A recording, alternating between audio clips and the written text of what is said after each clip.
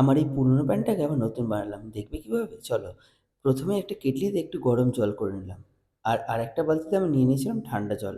গরম জলের মধ্যে এই কদমের পাকা রং যেটা আছে, এই রঙের নীল কালারটা আমি গুলিয়ে নিয়েছিলাম এবং গোলানোর জন্য একটা প্লাস্টিকের পাইপ ইউজ করেছিলাম। কারণ আমি আমার হাতে রং লেগে যাওয়ার ভয় পাচ্ছিলাম।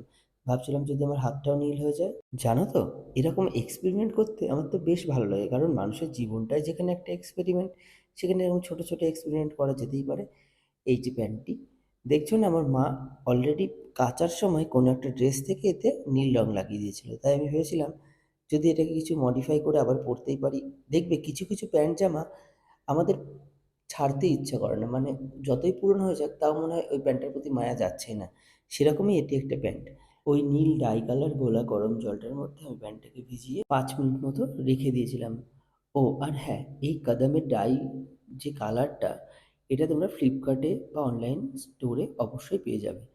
এরপর আমি ঠান্ডা জলটার মধ্যে কদমেরই ডাই ফিক্স সলিউশন এটা গুলে নিয়েছিলাম, যেটা ওই রংটার সাথে একসাথে এসেছিল। সেটাতে চুবিয়ে আমি প্যান্টটাকে আধ ঘন্টার জন্য ছেড়ে দিয়েছিলাম। এছাড়াও এর সাথে আমি আমার পরে থাকা ২-১ টা গেঞ্জিও চুবিয়ে দিয়েছিলাম, যেগুলোতে একটু কালার ফেড হয়ে এসেছিল। এই দেখো, তোমরাই দেখে নাও। এবার শুধু অপেক্ষার পালা। আমি আধ ঘন্টা পর এসে দেখতে চেয়েছিলাম কী হয়েছিল। এই দেখো, প্যান্টে বেশ ভালোই কালার এসছে। এবার দেখার যে প্যান্টটায় কালারটা আদৌ টিকবে কিনা, তাই আমি একবার প্যান্টটাকে ধুয়ে নিয়েছিলাম। আর এই দেখো সেই গেঞ্জিটা ধুয়ে শুকিয়ে ফেলার পর প্যান্টটাতে কিন্তু খুব সুন্দর কালার এসেছিলো। আর এটার লুকস কেমন এসছে তোমরাই দেখে নাও। প্যান্টের লুকসটা জাস্ট অসাধারণ এসেছিলো। আমার তো খুব পছন্দ হয়েছে। তোমাদের কেমন লাগলো আজকের ভিডিওটি তোমরা জানাও কমেন্টে।